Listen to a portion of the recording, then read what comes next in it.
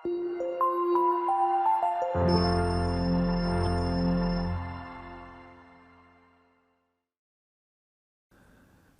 ಸ್ನೇಹಿತರೆ, ಅಮೋಘ ವರ್ಷ ಕೋಚಿಂಗ್ ಸೆಂಟರ್ ಯೂಟ್ಯೂಬ್ ಚಾನಲ್ಗೆ ನಿಮಗೆಲ್ಲ ಸ್ವಾಗತ. ಇವತ್ತಿನ ಪ್ರಮುಖವಾದಂತಹ ಕರೆಂಟ್ ಅಫೇರ್ಸ್ ಟಾಪಿಕ್ಗಳನ್ನು ಡಿಸ್ಕಸ್ ಮಾಡೋಣ. ಕಳೆದ ಸೆಷನ್ನಲ್ಲಿ ಕೇಳಲಾದಂತಹ ಪ್ರಶ್ನೆಯ ಸರಿಯಾದ ಉತ್ತರ ಏನು ಅಂತ ಮೊದಲು ತಿಳಿದುಕೊಳ್ಳೋಣ. ಈ ಕೆಳಗಿನ ಯಾವ ಲೋಹವು ಅತಿ ಕಡಿಮೆ ಸಾಂದ್ರತೆಯನ್ನು ಹೊಂದಿದಂತಹ ಲೋಹವಾಗಿದೆ ಅಂತ ಪ್ರಶ್ನೆಯನ್ನು ಕೇಳಲಾಗಿತ್ತು. ಆಪ್ಷನ್ಗಳಲ್ಲಿ ಮೆಗ್ನೀಸಿಯಂ, ಅಲ್ಯೂಮಿನಿಯಂ, ಟೈಟೇನಿಯಂ ಅಥವಾ ಲಿಥಿಯಂ ಅಂತ ನೀಡಲಾಗಿದ್ದು ಸರಿಯಾದ ಉತ್ತರ ಏನು ಅಂತಂದರೆ ಆಪ್ಷನ್ 4 ಲಿಥಿಯಂ ಲೋಹ ಅತಿ ಕಡಿಮೆ ಸಾಂದ್ರತೆಯನ್ನು ಹೊಂದಿದಂತಹ ಲೋಹವಾಗಿದೆ. Option 4 is right answer. ಹಿಂಟನ್ನು ಕೂಡ ನೀಡಿದ್ದೆ. ಈ ದಕ್ಷಿಣ ಅಮೆರಿಕಾ ಖಂಡದಲ್ಲಿ ಬೊಲಿವಿಯಾ, ಚಿಲಿ ಮತ್ತು ಅರ್ಜೆಂಟೀನಾ ದೇಶಗಳ ಈ ಒಂದು ಲಿಥಿಯಂ ಟ್ರಯಾಂಗಲ್ ಅನ್ನುವ ಪ್ರದೇಶದಲ್ಲಿ ಅತಿ ಹೆಚ್ಚಾಗಿ ಈ ಲಿಥಿಯಂ ನಿಕ್ಷೇಪಗಳು ಇರುವುದನ್ನು ನಾವು ಕಾಣಬಹುದಾಗಿದೆ. So option 4 lithium is right answer. Answer ಮಾಡಿ ಕಮೆಂಟ್ ಬಾಕ್ಸ್ನಲ್ಲಿ ಕಮೆಂಟ್ ಮಾಡಿದಂತಹ ಎಲ್ಲ ಸ್ಟೂಡೆಂಟ್ಸ್ಗಳಿಗೆ ಥ್ಯಾಂಕ್ ಯು ಸೋ ಮಚ್. ಇದೇ ರೀತಿ ಡಿಸ್ಕಷನ್ನಲ್ಲಿ ಭಾಗವಹಿಸ್ತಾ ಇರಿ, ನಿಮ್ಮ ಆನ್ಸರ್ಗಳನ್ನು ಕಮೆಂಟ್ ಬಾಕ್ಸ್ನಲ್ಲಿ ಕಮೆಂಟ್ ಮಾಡ್ತಾ ಇರಿ ಅಂತ ಹೇಳ್ತಾ ಇವತ್ತಿನ ಪ್ರಶ್ನೆ ಏನು ಅಂತ ನೋಡೋಣ. ಆನ್ಸರ್ ಮಾಡೋದಕ್ಕೆ ಪ್ರಯತ್ನ ಪಡಿ. ಇತಿಹಾಸಕ್ಕೆ ಸಂಬಂಧಪಟ್ಟಂತಹ ಒಂದು ಪ್ರಶ್ನೆಯಾಗಿದ್ದು, ಸತ್ಯಾರ್ಥ ಪ್ರಕಾಶ್ ಅನ್ನುವ ಪುಸ್ತಕವನ್ನು ಬರೆದಂತಹ ಲೇಖಕರು ಯಾರು ಅಂತ ಪ್ರಶ್ನೆ ಇದೆ. ಆಪ್ಷನ್ಗಳಲ್ಲಿ ಜ್ಯೋತಿಬಾ ಫುಲೆ, ಆಪ್ಷನ್ 2 ಆತ್ಮಾರಾಮ್ ಪಾಂಡುರಂಗ, ಆಪ್ಷನ್ 3 ದಯಾನಂದ ಸರಸ್ವತಿ ಅಥವಾ ಆಪ್ಷನ್ 4 ಮೇಲಿನ ಯಾವುದೂ ಅಲ್ಲ ಅಂತ ಇದೆ. ಹಿಂಟ್ಗಳಿಗಾಗಿ ಈ ಒಂದು ಇಮೇಜ್ನಲ್ಲಿ ಅವರ ಚಿತ್ರವನ್ನು ಕೂಡ ನೀಡಲಾಗಿದೆ. ಸೊ ಈ 4 ಆಪ್ಷನ್ಗಳಲ್ಲಿ ಸತ್ಯಾರ್ಥ ಪ್ರಕಾಶ್ ಅನ್ನುವ ಪುಸ್ತಕವನ್ನು ಬರೆದಂತಹ ಲೇಖಕರು ಯಾರು, ಕರ್ತೃ ಯಾರು ಅಂತ ಕಮೆಂಟ್ ಬಾಕ್ಸ್ನಲ್ಲಿ ಕಮೆಂಟ್ ಮಾಡಬೇಕು. ನೆಕ್ಸ್ಟ್ ಸೆಷನ್ನಲ್ಲಿ ಇದಕ್ಕೆ ಸಂಬಂಧಪಟ್ಟಂತಹ ಮಾಹಿತಿ ಮತ್ತು ಸರಿಯಾದ ಉತ್ತರವನ್ನು ತಿಳಿದುಕೊಳ್ಳೋಣ. ಇನ್ನು ಇವತ್ತಿನ ಆರ್ಟಿಕಲ್ಗೆ ಸಂಬಂಧಪಟ್ಟಂತಹ ಮೊದಲ ಪ್ರಶ್ನೆ ಏನು ಅಂತ ನೋಡೋದಾದರೆ, ಈ ಸ್ಟಾರ್ಟಪ್ ಪರಿಸರದಲ್ಲಿ ಯುನಿಕಾರ್ನ್ ಅಂತ ಮೇಲಿಂದ ಮೇಲೆ ನ್ಯೂಸ್ನಲ್ಲಿ ನೋಡ್ತಾ ಇರ್ತೀರಿ. ಸೊ ಈ ಯುನಿಕಾರ್ನ್ ಅಂತ ಕರೆಯಲ್ಪಡುವಂತಹ ಕಂಪನಿಯ ವ್ಯಾಲ್ಯೂಯೇಷನ್ ಎಷ್ಟಾಗಿರುತ್ತೆ, ಮೌಲ್ಯಮಾಪನ ಎಷ್ಟಾಗಿರುತ್ತೆ ಅಂತ ಪ್ರಶ್ನೆ ಇದ್ದು, ಆಪ್ಷನ್ಗಳಲ್ಲಿ ಆಪ್ಷನ್ 1 $500, ಆಪ್ಷನ್ 2 $1,000 ಅಥವಾ ಆಪ್ಷನ್ 3 $1 ಮಿಲಿಯನ್ ಅಥವಾ ಆಪ್ಷನ್ 4 $1 ಬಿಲಿಯನ್ ಅಂತ ಇದೆ. ಸೊ ಸರಿಯಾದ ಉತ್ತರ ಏನು ಅಂತಂದರೆ ಆಪ್ಷನ್ 4.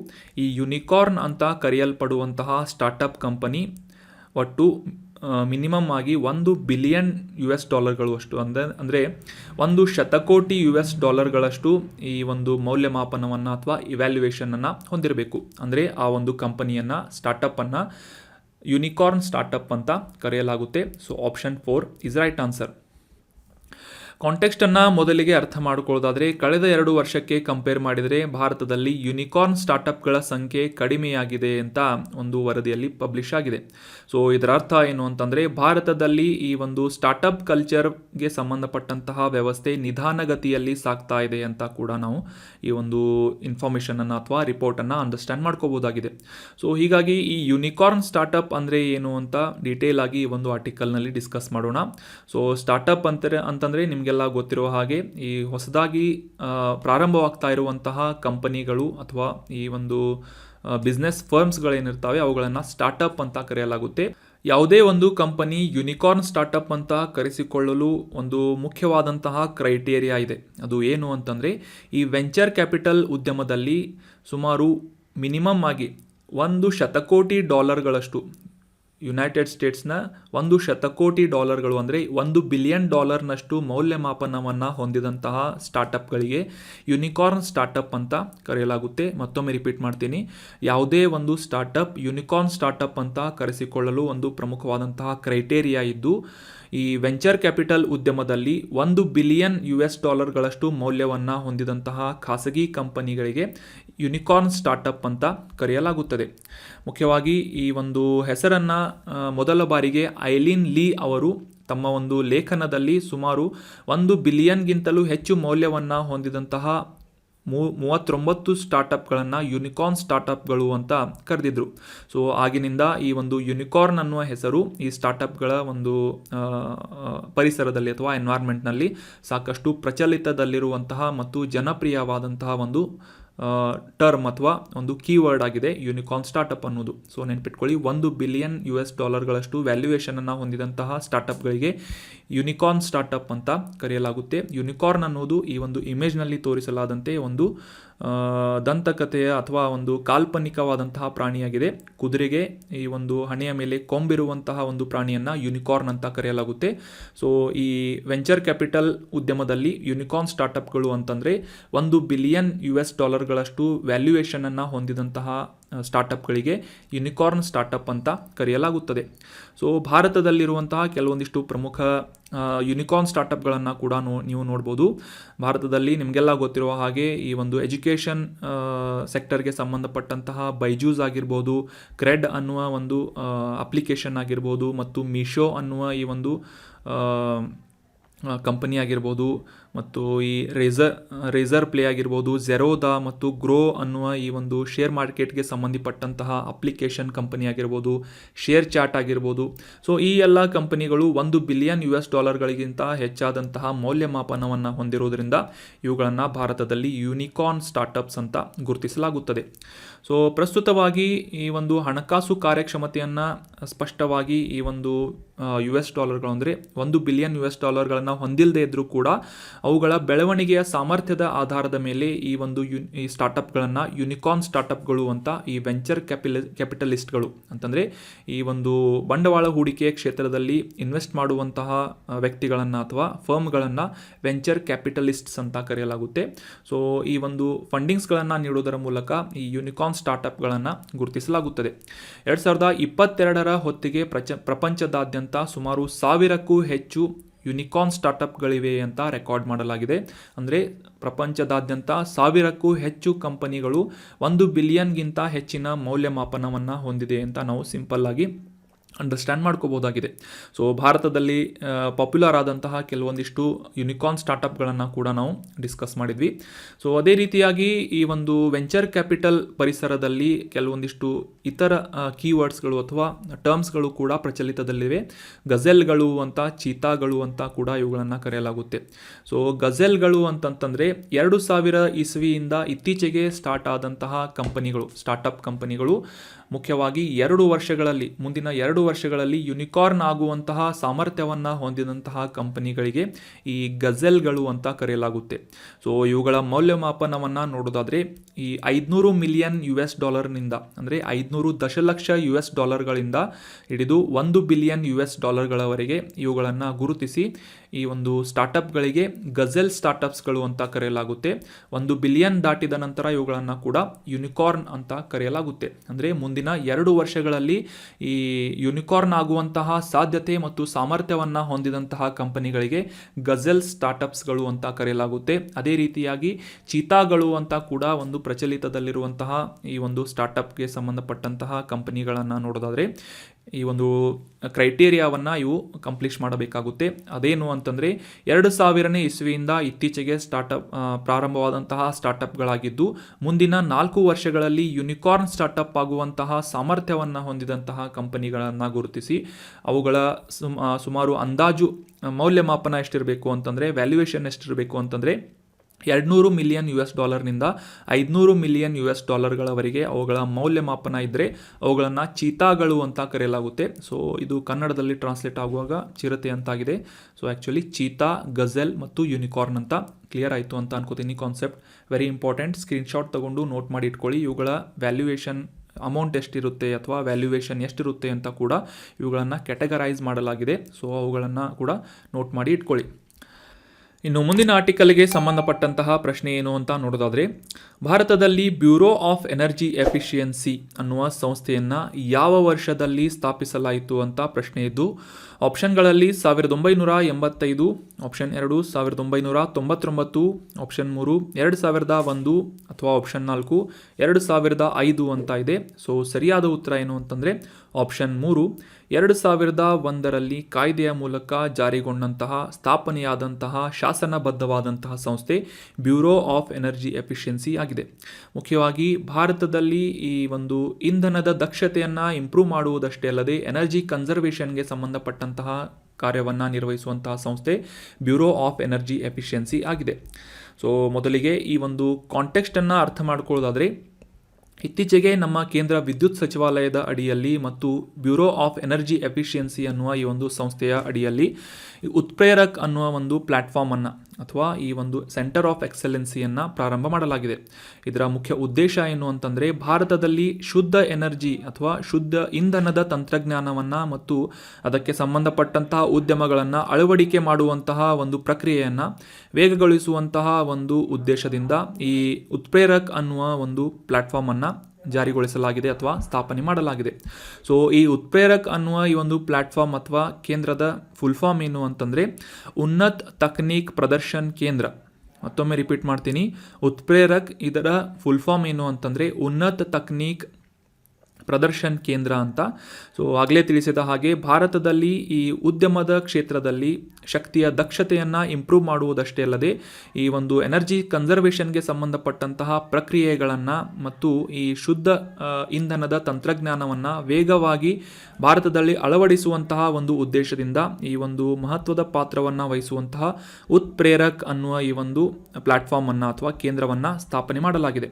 ಸೊ ಇದು ಯಾವ ರೀತಿಯಾಗಿ ಕೆಲಸ ಮಾಡಲಿದೆ ಅನ್ನೋದನ್ನು ತಿಳಿದುಕೊಳ್ಳೋದಕ್ಕಿಂತ ಮುಂಚೆ ಆಗಲೇ ತಿಳಿಸಿದ ಹಾಗೆ ವಿದ್ಯುತ್ ಸಚಿವಾಲಯ ಮತ್ತು ಬ್ಯೂರೋ ಆಫ್ ಎನರ್ಜಿ ಎಫಿಷಿಯನ್ಸಿ ಅನ್ನುವ ಈ ಎರಡು ಸಂಸ್ಥೆಗಳ ಒಂದು ಪ್ರಾಯೋಜಕತ್ವದಲ್ಲಿ ಈ ಉತ್ಪ್ರೇರಕ್ ಅನ್ನುವ ಒಂದು ಪ್ಲ್ಯಾಟ್ಫಾರ್ಮನ್ನು ಜಾರಿಗೊಳಿಸಲಾಗಿದೆ.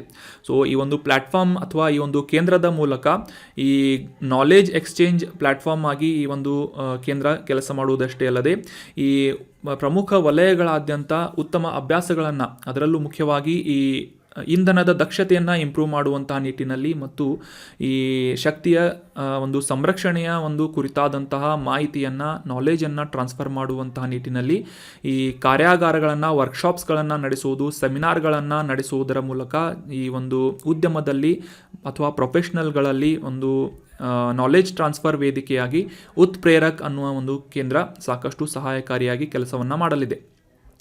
ಇನ್ನು ಈ ಬ್ಯೂರೋ ಆಫ್ ಎನರ್ಜಿ ಎಫಿಷಿಯನ್ಸಿ ಅನ್ನುವ ಸಂಸ್ಥೆಯ ಬಗ್ಗೆ ತಿಳ್ಕೊಳ್ಳೋದಾದರೆ, 2001ರಲ್ಲಿ ಈ ಒಂದು ಕಾಯ್ದೆಯ ಮೂಲಕ ಅಥವಾ ಇಂಧನ ಸಂರಕ್ಷಣೆಯ ಕಾಯ್ದೆಯ ಮೂಲಕ ಜಾರಿಗೊಳಿಸಲಾದಂತಹ ಶಾಸನಬದ್ಧವಾದಂತಹ ಸಂಸ್ಥೆ ಬ್ಯೂರೋ ಆಫ್ ಎನರ್ಜಿ ಎಫಿಷಿಯನ್ಸಿ ಆಗಿದೆ.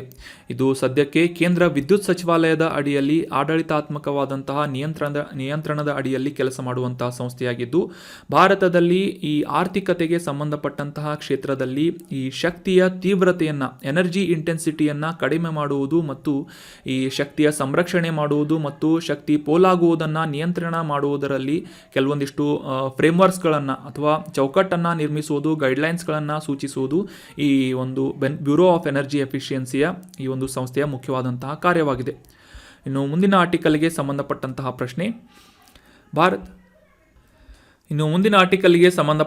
ಪ್ರಶ್ನೆ, ಭಾರತದಲ್ಲಿ EPFO ಅನ್ನುವ ಸಂಸ್ಥೆ ಈ ಕೆಳಗಿನ ಯಾವ ಸಚಿವಾಲಯದ ಆಡಳಿತಾತ್ಮಕ ನಿಯಂತ್ರಣದಲ್ಲಿದೆ ಅಂತ ಪ್ರಶ್ನೆ ಇದ್ದು, ಆಪ್ಷನ್ಗಳಲ್ಲಿ ಹಣಕಾಸು ಸಚಿವಾಲಯ, ಆಪ್ಷನ್ 2 ಗೃಹ ವ್ಯವಹಾರಗಳ ಸಚಿವಾಲಯ, ಆಪ್ಷನ್ 3 ಕಾರ್ಮಿಕ ಮತ್ತು ಕೈಗಾರಿಕೆಗಳ ಸಚಿವಾಲಯ ಅಥವಾ ಆಪ್ಷನ್ 4 ಮಾನವ ಸಂಪನ್ಮೂಲ ಸಚಿವಾಲಯ ಅಂತ ಇದೆ.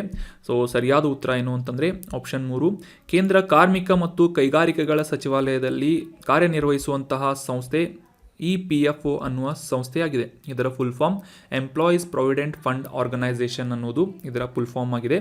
ಸೊ ಇದಕ್ಕೆ ಸಂಬಂಧಪಟ್ಟಂತಹ ಡೀಟೇಲ್ ಮಾಹಿತಿಗಳನ್ನು ಈ ಒಂದು ಆರ್ಟಿಕಲ್ನಲ್ಲಿ ಡಿಸ್ಕಸ್ ಮಾಡೋಣ. ಸೊ ಈ ಒಂದು PFಗಳನ್ನು ಅಥವಾ PF ರೂಪದಲ್ಲಿ ಪಿಂಚಣಿಯನ್ನು ಪಡೆದುಕೊಳ್ಳುವಂತಹ ನಿಟ್ಟಿನಲ್ಲಿ ಇತ್ತೀಚೆಗೆ ಈ ಭಾರತದಲ್ಲಿ ಕೆಲಸ ಮಾಡುವಂತಹ ಅಥವಾ ಸಂಘಟಿತ ವಲಯದಲ್ಲಿ ಕೆಲಸ ಮಾಡುವಂತಹ ಉದ್ಯೋಗಿಗಳಿಗೆ ಈ EPFO ಸಂಸ್ಥೆಯಿಂದ ಈ ಪಿಂಚಣಿಗಳನ್ನು ಹೆಚ್ಚು ಮಾಡುವಂತಹ ಒಂದು ಉದ್ದೇಶದಿಂದ ಅರ್ಜಿಗಳನ್ನು ಕೋರಲಾಗಿತ್ತು. ಸೊ ಈ ಅರ್ಜಿ ಸಲ್ಲಿಸುವಂತಹ ಒಂದು ಗಡುವನ್ನು ಅಥವಾ ಇದರ ಒಂದು ಡೇಟನ್ನು ಇನ್ಕ್ರೀಸ್ ಮಾಡಲಾಗಿದೆ ಅಥವಾ ಜುಲೈ 11ರವರೆಗೆ ವಿಸ್ತರಿಸಲಾಗಿದೆ ಅಂತ ನ್ಯೂಸ್ನಲ್ಲಿ ಪಬ್ಲಿಷ್ ಮಾಡಲಾಗಿತ್ತು. ಸೊ ಹೀಗಾಗಿ ಈ EPFO ಅಥವಾ ಎಂಪ್ಲಾಯೀಸ್ ಪ್ರಾವಿಡೆಂಟ್ ಫಂಡ್ ಆರ್ಗನೈಸೇಷನ್, ಕನ್ನಡದಲ್ಲಿ ಉದ್ಯೋಗಿಗಳ ಭವಿಷ್ಯ ನಿಧಿ ಸಂಸ್ಥೆಯ ಕುರಿತಾದಂತಹ ಕೆಲವೊಂದಿಷ್ಟು ಮಾಹಿತಿಗಳು exam point of view important ಆಗುತ್ತೆ. ಯಾಕಂದರೆ ನ್ಯೂಸ್ನಲ್ಲಿರುವಂತಹ ಈ ರೀತಿಯಾದಂತಹ ಸಂಸ್ಥೆಗಳ ಕುರಿತಾಗಿ ಎಕ್ಸಾಮ್ನಲ್ಲಿ ಕೇಳುವುದು ಸಾಕಷ್ಟು ಪ್ರಾಕ್ಟೀಸ್ ಇರುತ್ತೆ. ಸೊ ಹೀಗಾಗಿ EPFO ಅನ್ನುವ ಈ ಒಂದು ಸಂಸ್ಥೆಯ ಬಗ್ಗೆ ಈ ಒಂದು ಆರ್ಟಿಕಲ್ನಲ್ಲಿ ಡೀಟೇಲ್ ಆಗಿ ಡಿಸ್ಕಸ್ ಮಾಡೋಣ. 1952ರಲ್ಲಿ ಉದ್ಯೋಗಿಗಳ ಭವಿಷ್ಯ ನಿಧಿ EPFO ಅನ್ನುವ ಸಂಸ್ಥೆಯನ್ನು ಈ ಒಂದು ನಿಬಂಧನೆಗಳ ಕಾಯ್ದೆಯ ಮೂಲಕ ಉದ್ಯೋಗಿಗಳ ಭವಿಷ್ಯ ನಿಧಿ ಮತ್ತು ವಿವಿಧ ನಿಬಂಧನೆಗಳ ಅನ್ನುವ ಒಂದು ಆ್ಯಕ್ಟ್ನ ಮೂಲಕ ಜಾರಿಗೊಳಿಸಲಾಗಿತ್ತು. ಸೊ ಇದು ಶಾಸನಬದ್ಧವಾದಂತಹ ಸ್ಟ್ಯಾಟ್ಯೂಟರಿ ಆದಂತಹ ಒಂದು ಸಂಸ್ಥೆಯಾಗಿದೆ. 1952 ಡೇಟನ್ನು ಕೂಡ ನೆನ್ಪಿಟ್ಕೊಳ್ಳಿ.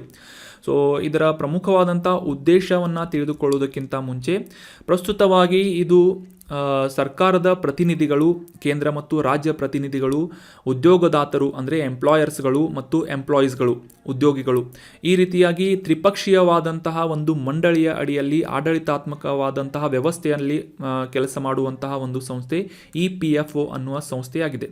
ಸೊ ಮುಖ್ಯವಾಗಿ ಭಾರತದಲ್ಲಿ ಈ ಸಂಘಟಿತ ವಲಯಕ್ಕೆ ಸಂಬಂಧಪಟ್ಟಂತಹ ಉದ್ಯೋಗಿಗಳು ಕೆಲಸ ಮಾಡುವಂತಹ ಒಂದು ಕ್ಷೇತ್ರಗಳಲ್ಲಿ ಅವರ ಭವಿಷ್ಯ ನಿಧಿ ಆಗಿರ್ಬೋದು, ಪಿಂಚಣಿ ಯೋಜನೆ ಆಗಿರ್ಬೋದು, ಆ ಉದ್ಯೋಗಿಗಳಿಗೆ ನೀಡಲಾಗುವಂತಹ ವಿಮಾನ ಯೋಜನೆಗಳನ್ನು ನಿರ್ವಹಿಸುವಂತಹ ಸಂಸ್ಥೆ ಭಾರತದ EPFO ಅನ್ನುವ ಸಂಸ್ಥೆಯಾಗಿದೆ.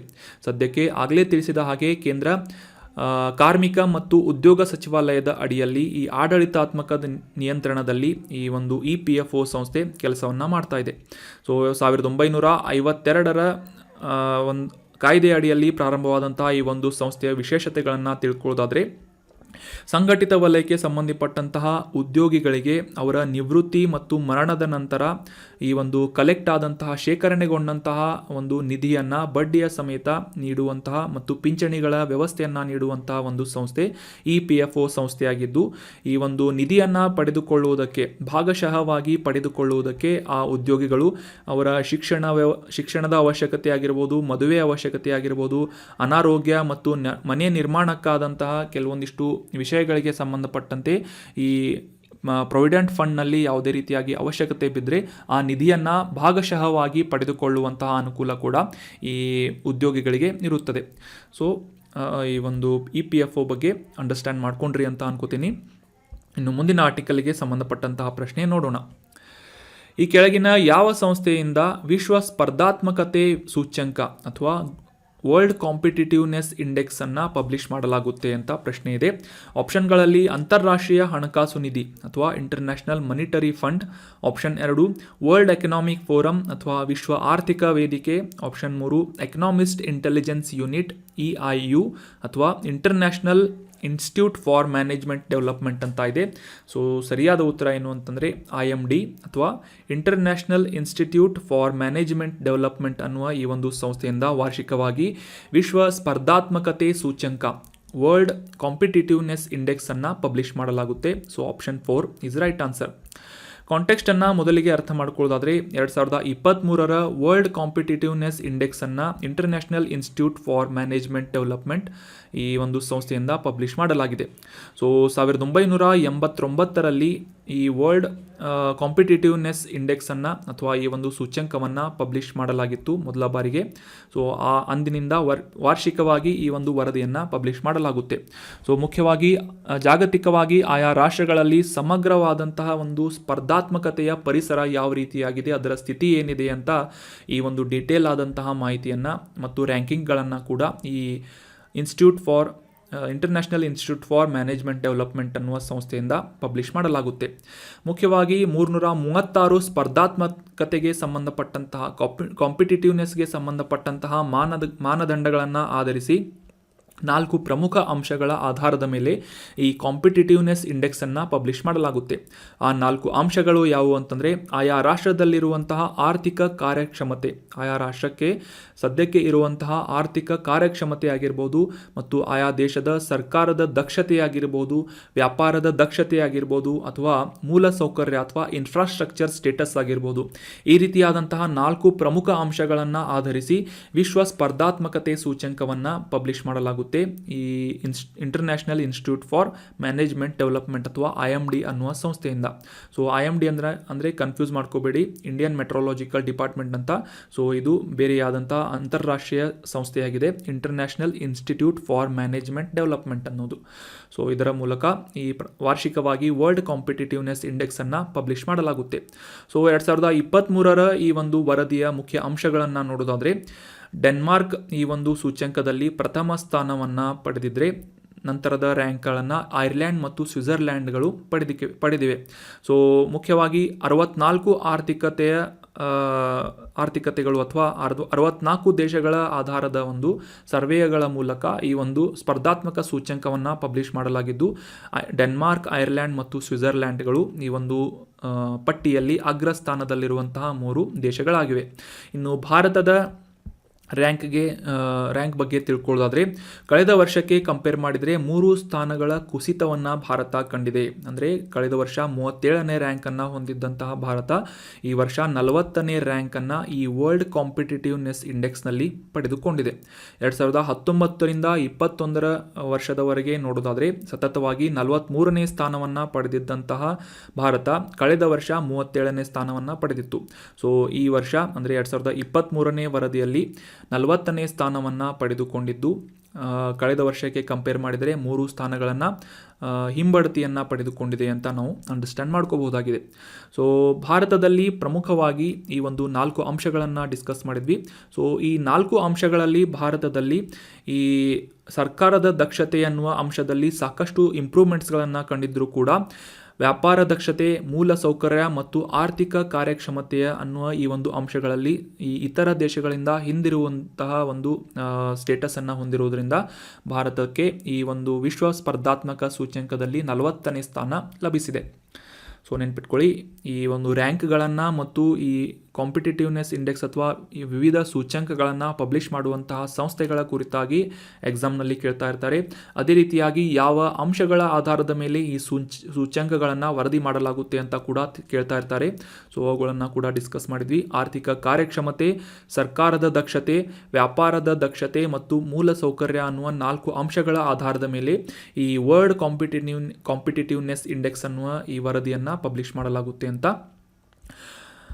ಇನ್ನು ಮುಂದಿನ ಆರ್ಟಿಕಲ್ಗೆ ಸಂಬಂಧಪಟ್ಟಂತಹ ಕಾಂಟೆಕ್ಸ್ಟನ್ನು ಅರ್ಥ ಮಾಡ್ಕೊಳ್ಳೋದಾದರೆ, ಕೇಂದ್ರ ಮೀನುಗಾರಿಕೆ, ಪಶುಸಂಗೋಪನೆ ಮತ್ತು ಹೈನುಗಾರಿಕೆ ಸಚಿವಾಲಯದಿಂದ ಈ ನಂದಿ ಪೋರ್ಟಲ್ ಅನ್ನುವ ಒಂದು ಪ್ಲ್ಯಾಟ್ಫಾರ್ಮನ್ನು, ಆನ್ಲೈನ್ ಪೋರ್ಟಲನ್ನು ಪ್ರಾರಂಭ ಮಾಡಲಾಗಿದೆ.